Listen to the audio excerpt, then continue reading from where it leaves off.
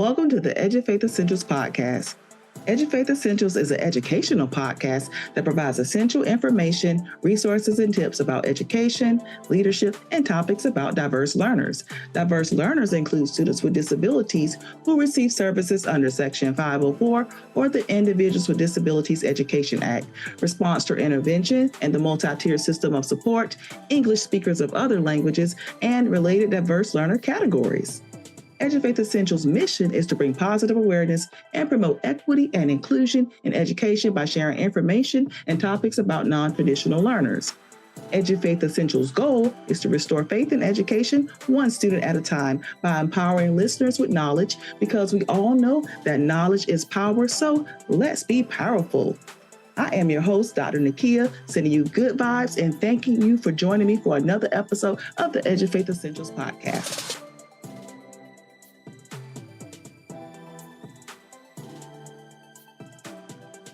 Welcome to Season 3. That's right, Season 3 of the Edufaith Essentials podcast. This is Dr. Nakia here, sending you positive vibes and thanking you for joining me today and being a part of Season 3 of the Edufaith Essentials podcast. I want to go ahead and dive right in and get started for today as we talk about why Edufaith.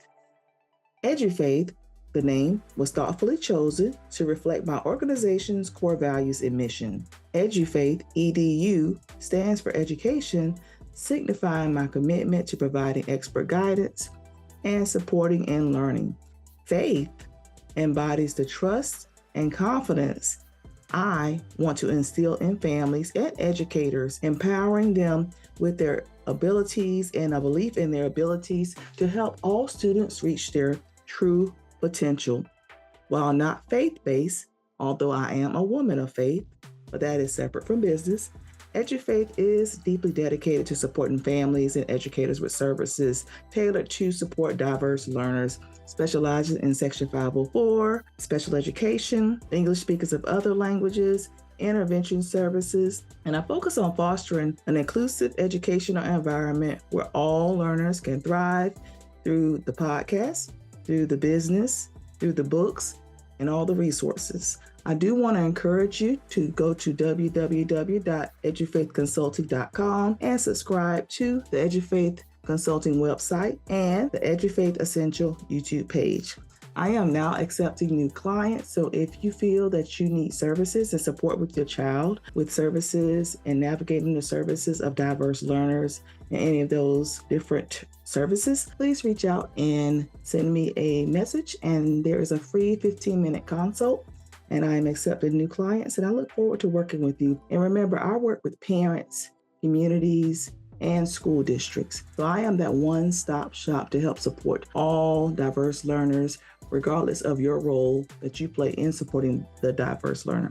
And I do want to mention once again, I am a subject matter expert with Section 504. So if you're looking into someone who really knows Section 504, I wrote manuals and created processes to support Section 504. So I know the Section 504 process. I know the ins and outs of the Section 504 process. And I also know special education, but I really want to convey the message that I am a subject matter expert when it comes to Section 504, having working with compliance, the Office of Civil Rights, writing policies and practices and documents and plans and forms, and creating the form for a school district, and then that school district providing that support for over 100,000 students in the district and the population to help support Section 504. And we're going to go ahead and get started. Now let's shift to our Edufaith Inspirational Story, Hospital Homebound Teachers with Heart. In our Metro Atlanta district, hospital homebound teachers have redefined what it means to bring the classroom to life. These dedicated educators have transformed homes, parks, local neighborhoods, community locations, and city spaces into vibrant learning environments for medically fragile students who can't attend school traditionally. They've organized field trips to the zoo where students can marvel at the wildlife, and visits to the park where learning happens amidst nature. Playdates at home, while book jams in the park inspire a love for reading and the great outdoors. These experiences have provided essential academic instruction and bring joy and a sense of normalcy and invaluable life lessons to students who need it the most. Through their creativity and commitment, these teachers ensure that every student, no matter their circumstance, receives a rich and engaging education. Kudos to Heather Pawlikowski, Michael Lazazar, and the other hospital homebound teachers in the Cobb County School District.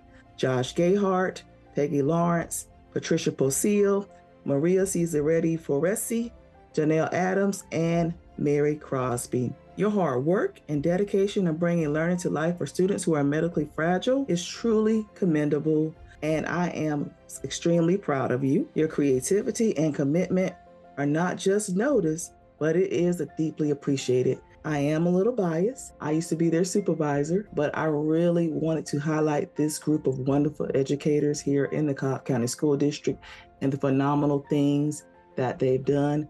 I am no longer their supervisor, but I wanted to let them know that I am extremely proud of them. HHB Dream Team, I am extremely proud of you, and I'm going to miss you as I transition into my new role. But I wanted to commend the positive work and highlight you because you are the behind the scenes dream team.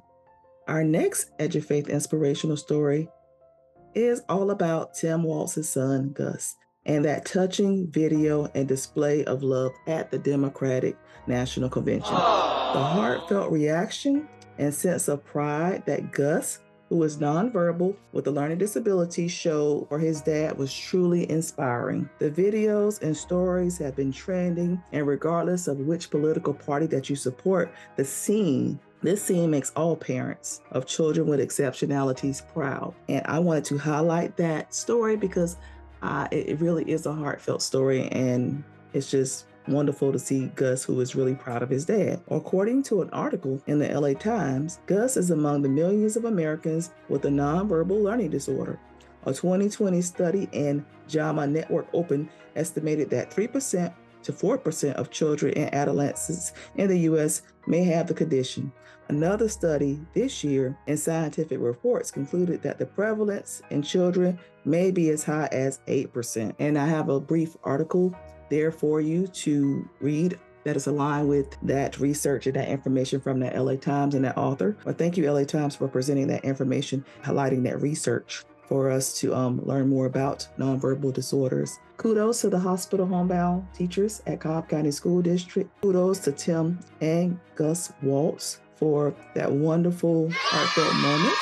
And that will conclude our Edufaith Inspirational Story for today. August is over, and now it's time for September. Time for us to embrace the fall months, September, back to school, and all of those things that we look forward to in the last quarter of the year. I cannot believe that it is the last quarter of the year.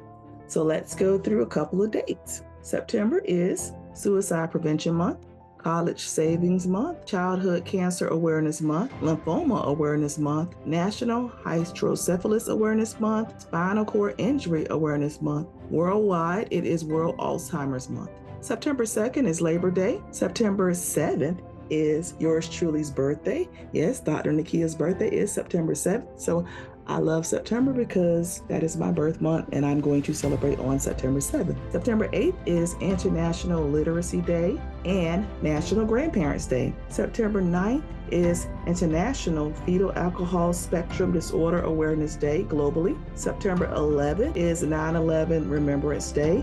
September 15th marks Hispanic Heritage Month that begins September 15th through October 15th. September 15th is also World Lymphoma Awareness Day, Hodgkin's Lymphoma Global. That's a global holiday or global recognition day. September 16th is Disability Awareness Day in the United Kingdom.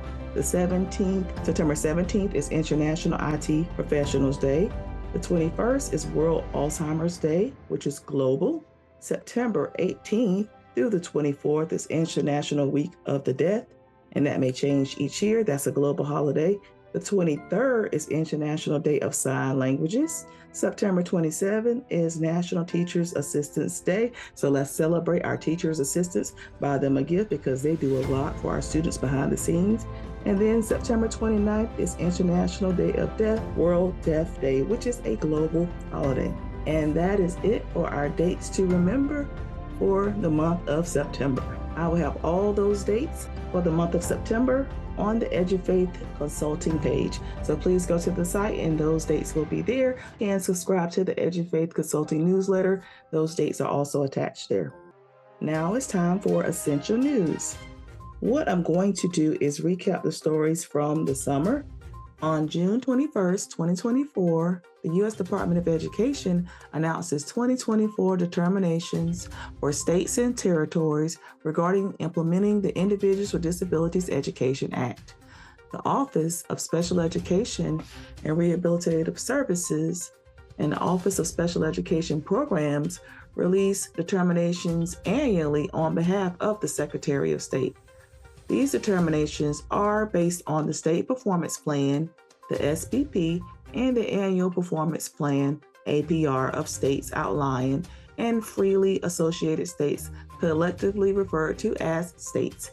Each state's SPP/APR evaluates its efforts to implement the requirements and purpose of IDEA and outlines plans for improving IDEA implementation. IDEA outlines 4 categories for state determinations. Those categories are 1, meet the requirements and purposes of IDEA, 2, needs assistance in implementing the requirements of IDEA, 3, needs intervention in implementing the requirements of IDEA, or needs substantial intervention in implementing the requirements of IDEA. The determinations address the requirement of IDEA Part B, which serves students with disabilities from ages 3 through 21. This year, 21 states met requirements, 7 states needed assistance for 1 year, 31 states needed assistance for 2 or more consecutive years, and 1 state received a determination of needing substantial intervention. The determinations also address the requirements of IDEA Part C, which serves infants and toddlers from ages 2 to birth, or birth to 2. This year, 29 states met requirements, 8 states needed assistance for 1 year, 17 states needed assistance for 2 or more consecutive years, and 2 states received a determination in needing substantial intervention. Story 2 is dated July 15, 2024. The U.S. Department of Education's Office of Special Education Program announced funding for 3 projects to involve parents in creating equitable and inclusive schools, focusing on engaging military-connected families. The project seeks to empower families and school personnel, particularly targeting underserved populations. Recipients of the 5-year cooperative agreements are the University of Cincinnati, the University of Connecticut, and Virginia Commonwealth University, with a total first-year award of a little over $1 million and an estimated $4.5 million over the next 5 years. The initiative aims to improve outcomes for children with disabilities and establish evidence-based projects at school sites nationwide, including those with high military-connected family populations. The projects will scale many family engagement strategies, potentially improve outcomes for many families and communities, including military-connected families with children with disabilities.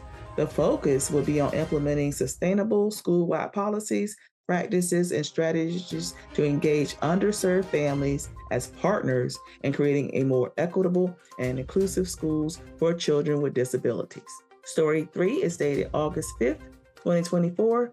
The Department of Education and Health and Human Services issued a joint letter addressing significant service gaps for deaf and hard of hearing infants and toddlers. The letter emphasizes the importance of early identification and intervention and outlines program requirements, care coordination, and resource access. And that is it for Essential News. All of the story links that are related to the stories will be on the Edufaith Essentials YouTube page. So please make sure you subscribe to the Edufaith Essentials YouTube page, and you can access those links to all 3 stories. And that will be it for Essential News.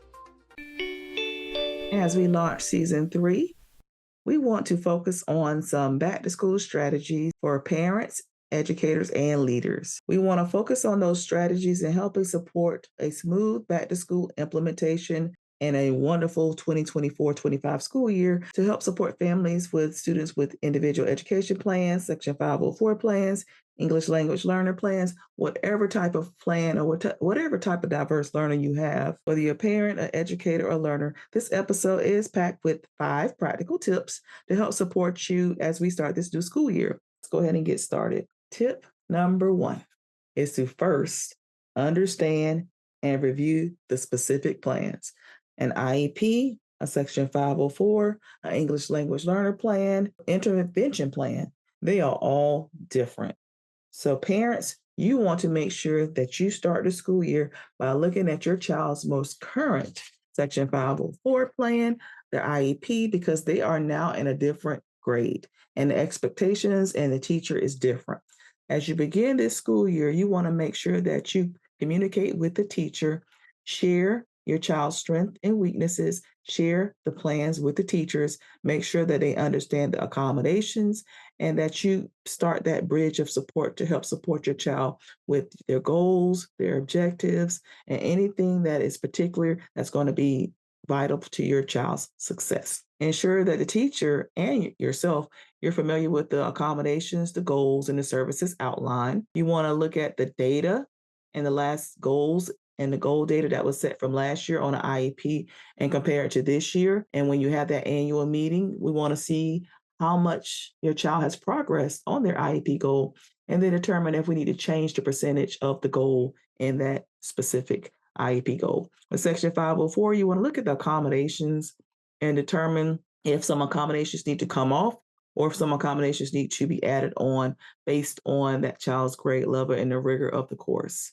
So parents, make sure that you look at those Section 504 IEPs and English language learner plans, focusing on proficiency, English proficiency. Make sure you look at the plans, compare last year's and the last one, and see what changes you need to make for this year because the grade level is different, the rigor is different, and you want to make sure that you communicate with the teacher so they know that your child has a plan and that they follow it starting day one. Educators, you want to make sure that you understand each student's plan. So I told the parents to communicate with you about these plans, but as an educator, you want to make sure you understand what each plan is because they are all different. And then you want to ensure that you know how to implement it effectively in your classroom. If you do not know, then reach out to your school leader because you need to have some professional development on how to follow an IEP or a Section 504 plan. If you're not sure, you also can grab a copy of one of my books, Essential Tips for Educators. I explain the processes in there. But you want to make sure that you know who your students are who have plans in the classroom and that you start your first day with reviewing those plans, knowing those accommodations, ensuring a way to track those accommodations, having that relationship with the parent and communicating those accommodations, and then starting the school year off following and providing that student with what they need at the beginning of the school year. And then leaders, give your staff at first, provide a copy of the IEPs, 504s, and those plans to your staff. Leaders, also make sure you know who your students are in the building. And then give your staff adequate time and resources to review and understand these plans. If your new teachers don't understand the plan, or even some of your more seasoned teachers, make sure that you reach out to your district reps to provide adequate training and make sure that they understand how to implement the plans, how to implement accommodations, and make sure that they are building those relationships with those parents, building those relationships with parents at the beginning of the year to make sure that it is a win-win for the student. Being proactive and understanding these plans is crucial to any child's unique needs from day one. So once again, that first goal is to make sure that you understand and review the plans. The second tip, I mentioned it already, will build those strong collaborative relationships. In all of my books, I stress the importance of relationships. Relationships, there's the number one thing that parents, educators, and leaders need to tap into in any school district or any type of setting. It's all about building those strong and collaborative relationships. Parents, establish a partnership with your child's educators and support staff, whether it's the occupational therapist, the speech therapist, the special education teacher, the general education teachers. Make sure that you, once again, advocate for your child. Let them know that your child has a particular plan. Provide a copy of it. If they don't have a copy, they should, but if they don't, be proactive. And then go ahead and start building those relationships, going through that teacher's, reading the teacher's newsletters and learning about the teacher and what the expectations are for the classroom, attending those events at the school. You want to be a proactive parent and you want to build that partnership, not only with your child's educator, but with the school in general, the community. Regular communication and being proactive is key to ensuring your child's needs are met consistently. You are the parent, you know your child better than anyone else. So, what better person to inform someone else about how to tap into your child's strengths, weaknesses, and those things that are going to ensure success? Educators, you should proactively find a way to instill some parent school communication. You want to proactively contact parents. You want to form a team around that student, and you want to make sure that you are sending out some type of information, whether it's emails, a newsletter, a blast, but you are informing parents of what's going on in your classroom and that there is consistent communication throughout the year to parents. Leaders, you should foster a school culture that prioritizes collaboration among all staff members, including those who support students with IEPs, Section 504s, and English language learners plans, as well as interventions, reading strategies, reading coaches, everything. A strong team approach ensures everyone is on the same page and working together to help students succeed. Also, leaders don't want to focus on whatever type of parent community engagement activities that you have in your school. Make sure that parents know that your school have an open door policy and that you are actively allowing activities that engage them in their child's learning. All right, let's go ahead and look into strategy 3 or tip 3. Tip 3 is set clear expectations and goals. Goal setting is so important to a child's progress or to any person's progress. I have done an episode specifically on goal setting. I think I recorded that back in February. So if you want to go back and listen to the season 2 episode where I strictly discuss goal setting and talk about SMART goals, specific, measurable, achievable, realistic, and timely goals. When we're looking into starting a new school year, parents, the first thing you want to do is discuss your child's progress with their educators, their academic and their behavior goals for the year, and how they align with their IEP 504 plan, intervention plan, ELL plan. You want to make sure that you sit down and discuss those academic and behavior goals, and then work with the teacher to have some goals for the year that is outside of that plan. So take some time, marinate on what you want because you know your child better than anyone else.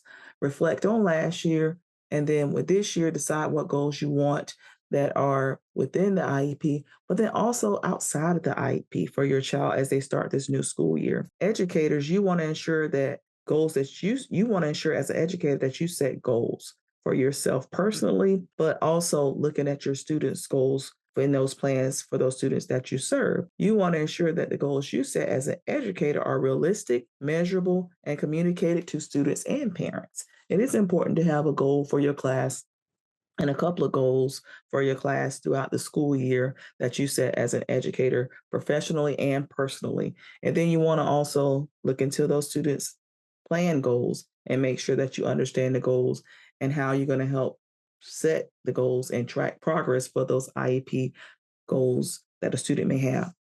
Clear expectations and make sure that you have it all set up because this clear expectations and goals give parents and students a roadmap for success and it helps everyone stay focused throughout the year. So you have something to go back to. And if you have to change your goals, that's fine. But you want to have a goal, monitor your goal, and then make adjustments along the way. For leaders, you want to always have goals. You want to set goals for yourself professionally, but you also want to set some goals for yourself personally. You want to reflect on your last year as a leader or your last year in your educator role and determine what things you want to accomplish personally and professionally. Leaders, you also have school improvement goals and academic goals and whatever type of behavior goals you want to focus on this year. Leaders, support your staff by providing them with the tools to set and track goals effectively and clearly. Make sure that you've communicated your academic goals, your school improvement goals, your positive behavior support goals whatever type of goals you have in your school, make sure those goals are communicated to your educators, and then make sure they're also communicated to your parents. Leaders, clear expectations and goals give students and parents a roadmap to success and help everyone stay focused throughout the school year. Leaders, you support your staff by providing them with the tools to set and track these goals effectively. So, if an educator has a goal that they want professionally, how can you help support them with that goal? Professional development goals for your schools. Leaders, you want to look at determining what professional development goals are going to be great for your staff. You want to look into the IEP plans and the 504 plans and determining what goals you want to set for yourself and your staff and helping support diverse learners for the year. You want to look at your school improvement goals and look at your data and reflect on your data from last year and determining how you need to adjust your school improvement goals. You also want to look into behaviors and what goals you need to make in regards to behaviors. And then set a personal goal for yourself. I said this already, but you want to set a personal goal and a professional goal and a goal to help support parents and educators in your building. SMART goals are really valuable. And SMART goals, once again, stands for specific, measurable, achievable, relevant, and time bound. Defining these parameters and setting these SMART goals will really help parents, educators, and leaders ensure some type of vision for success for the year. And then it also provides that tool for reflection as you look back throughout the year. And remember, goals, you can always revisit and refine goals and make adjustments along the way. We want to make sure that we set goals because expectations and goals will set anyone up for success. Tip 4, advocate.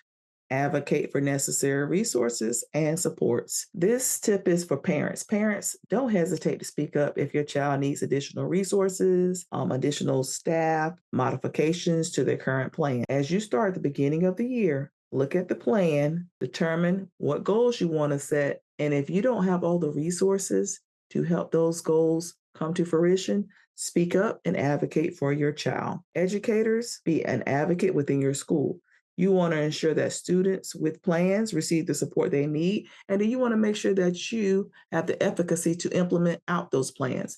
So you want to make sure that you understand the plans and that you have the knowledge base and resources to help support students in the diverse learning settings.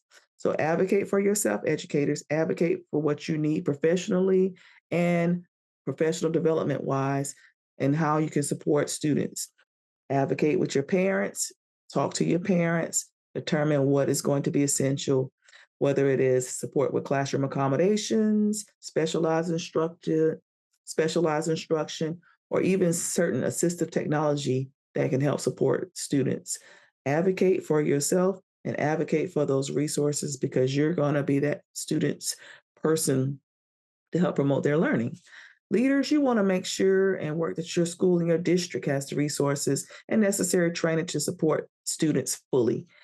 You want to make sure that you look at your plans and your goals, and based on what you have decided with your plans and your goals, what resources and supports you need to make those goals or create those goals and allow those goals to come to pass. Advocacy is the key to ensuring every student have the tools and the supports they need. Advocacy is something essential for parents, educators, and leaders. It comes from a different lens, but we all have to advocate for what we need in order to meet our goals, our expectations, and build those collaborative relationships. Use your voice. And the final tip is to be flexible. You want to monitor progress, be ready to adjust. Parents, you should closely monitor your child's progress towards their goals and regularly contact their educators. Parents, you have to be proactive. Teachers have a lot of students in their classroom, and I am not making excuses for an educator, but there's a lot of things that educators juggle. I know this because I'm an educator. You have to be proactive. So when something is not communicated, when you're not seeing a grade, if your child has a low grade or you see something that's going on, reach out to the parent. Be proactive. Don't wait on the school to communicate. Push in. This is your child's school. This is your child, and you're in charge of your child's education. So make sure that you push in, advocate, set expectations and goals, build those collaborative relationships, but then also Make sure that you're communicating. If something isn't working, don't hesitate to request a meeting and discuss those changes. Educators, you want to regularly assess whether accommodations and strategies are practical and make those adjustments as necessary for your students. What you did last year for your students might be different or something different that you do this year for students. So be ready to monitor the progress and adjust. And then, leaders, you can create a school environment that supports ongoing assessment and flexibility. Leaders, you do this anyways, but you want to make sure that you allow for changes to be made when needed. You look at your data and determine how you need to monitor progress, adjust progress, and be responsive to your educators' needs, your students' needs, and your parents' needs, because they're going to constantly evolve because everyone is different. You want to ensure that everyone continues to take some time, monitor where you are, monitor the progress, and then make adjustments along the way.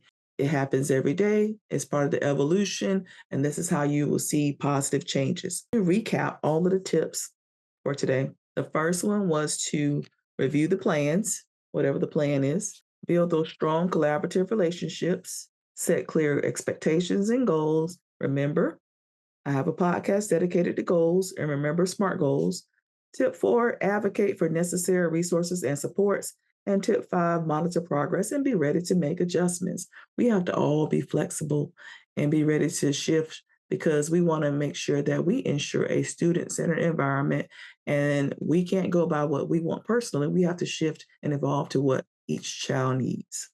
Now we're going to shift to our book excerpt for today. Now we want to shift to our book excerpt for today. And I am going to tap into educators and read essential tips from educators. I'll read a little bit of chapter 1. Chapter 1 is titled, Teaching is Not Easy, but Essential. My idea and dreams of becoming an educator and being an educator were two different encounters. I recall taking college courses and completing practicum hours with the enthusiasm that one day I would plan lessons, teach, decorate bulletin boards, and shape young lives. My vision was me standing at the board and teaching children, educating the future of American kids, eager to learn and ready to change the world with me. I aspired to be the perfect elementary teacher with all the cutesy events. I saw myself reading stories in the rocking chair, attending open houses and conferences, walking kids into perfect single file lines, placing scented stickers on students' work, and going to the infamous teacher's lounge, enjoying outside time at recess, etc. If you're giggling, you already know that my idea of becoming a teacher and being a teacher is really like night and day. I graduated with the elementary education certification. I applied for elementary education positions, but no one hired me. I learned that finding a teaching job in a college town was competitive. After searching for months, I accepted a job teaching sixth grade at middle school. It wasn't teaching elementary school as I envisioned, but it was an opportunity.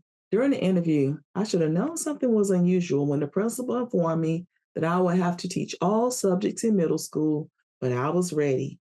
As a trained pre-service elementary teacher, I could teach all subjects. The second flag I should have noticed was when the principal informed me that I would teach the students all day for 5 periods in a portable. Those factors didn't deter me. I was ready to teach and touch lives forever. Becoming a teacher. My first teaching experience happened in Tallahassee, Florida in 1997 at a middle school close to the housing projects.